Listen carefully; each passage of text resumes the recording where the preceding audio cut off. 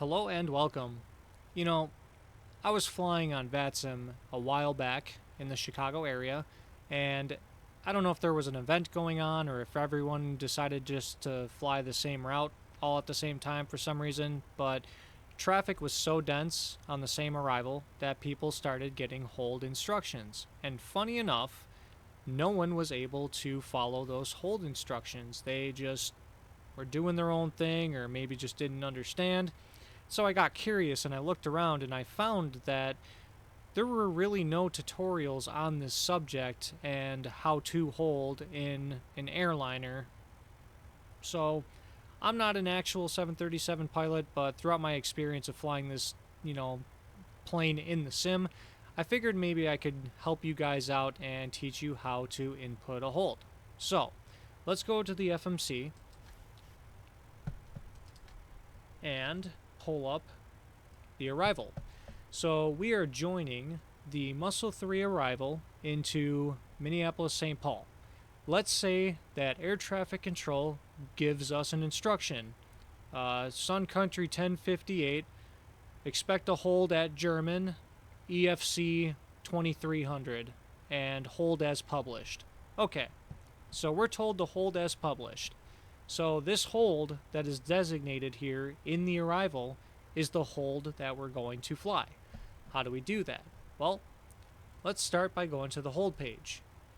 Now, you're going to get this weird information when you load this page. You can ignore it. There is no WATSIM that we're flying to, at least not in this case. We're not holding there.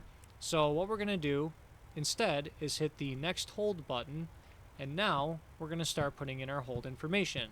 German right here is at the top for us, so let's copy it and let's put it down in the hold at box. There we go. Now we have hold information for the German fix. German is the fix, and now we start looking at radials and inbound courses and all that stuff. So how do we know we're holding as published according to the FMC?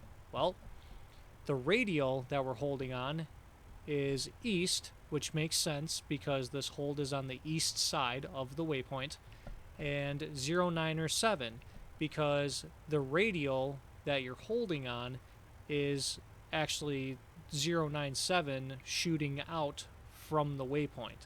So inbound course is what you're actually heading. Inbound course is 277 because that's the reciprocal of 097, and you do that by adding 180 and you can get your reciprocal, and so your inbound course is 277, and we are in fact making right turns, which is what is prescribed on the chart. Cool. So this is already done. Now keep in mind it's not always going to be that way. Let's say you were flying the idiom transition and you were given hold at Shea as published. Well, your holding information in the FMC holding page is going to be a little bit different, and you're going to have to manually input, your radial and your inbound course.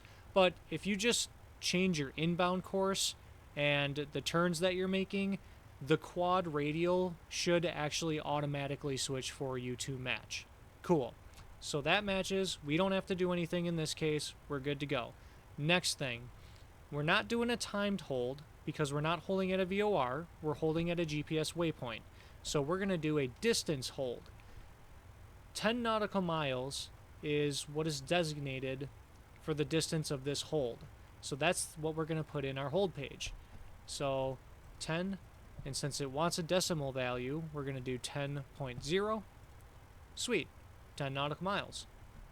Now, for the speed and the flight level, let's just say that we were given hold at flight level 300, so we're going to keep that the same, and we can hold at 280 knots because that is what's published on the chart. Now typically above 14,000 feet the speed limit in a hold is 265, but I believe possibly that if 280 is prescribed on the chart that overrides that regulation.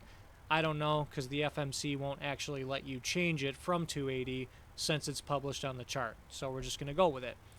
Lastly, we expected an EFC, or expect further clearance time, of 2300 Zulu. So we can actually put that in to the EFC time here, and that acts as a reminder to us in Zulu time when we can expect a further clearance. Does that mean we're guaranteed it? No, but we can expect it, and if we lose, comms or radios or whatever it can be, we can exit the hold at this time and finish flying our arrival and our approach. So we have all of the required information in here, and we can go ahead and hit execute. Cool. Now let's go to our legs page and verify that we have a hold at information here, which we do. So we're direct to German, and then after we cross German, we do have a hold in place. Now let's see what it looks like in the MFD. Bingo. That looks exactly how we want it to look. And let me zoom in a little bit so it looks better. That's still the same size, but look at that. Let's compare it side by side. We can even twist this arrival a little bit. And boom, look at that. That's exactly what we were expecting. And now the aircraft has entered the hold. And we are going to hold here as long as we want it to, or ATC, obviously, in this case. Now, let's say we've done a couple laps in the hold, and ATC says you can exit the hold and proceed via the Muscle 3 arrival. We're going to go back to the hold page, and we are now going to hit exit hold. And then we're going to execute. So now what it's going to do is it's going to exit the hold, and then once we pass German again after this final lap, we're going to be back on our arrival, and we can continue inbound to the Minneapolis airport. So go to the hold page, put in all your info, and it's good to go. And if you are given an unpublished hold, be prepared with a pen and paper to copy down those instructions, because everything ATC gives you is what you're going to put here in this hold page. I really hope that helps some of you guys who may not understand holds as well, and may you guys have better VATSIM experiences in the future. If you like this video, feel free to like, subscribe, and leave a comment if there's anything you want to see in the future. Any type of flying, any type of educational video, whatever it may be, you let me know. I hope you guys take care, and we will see ya!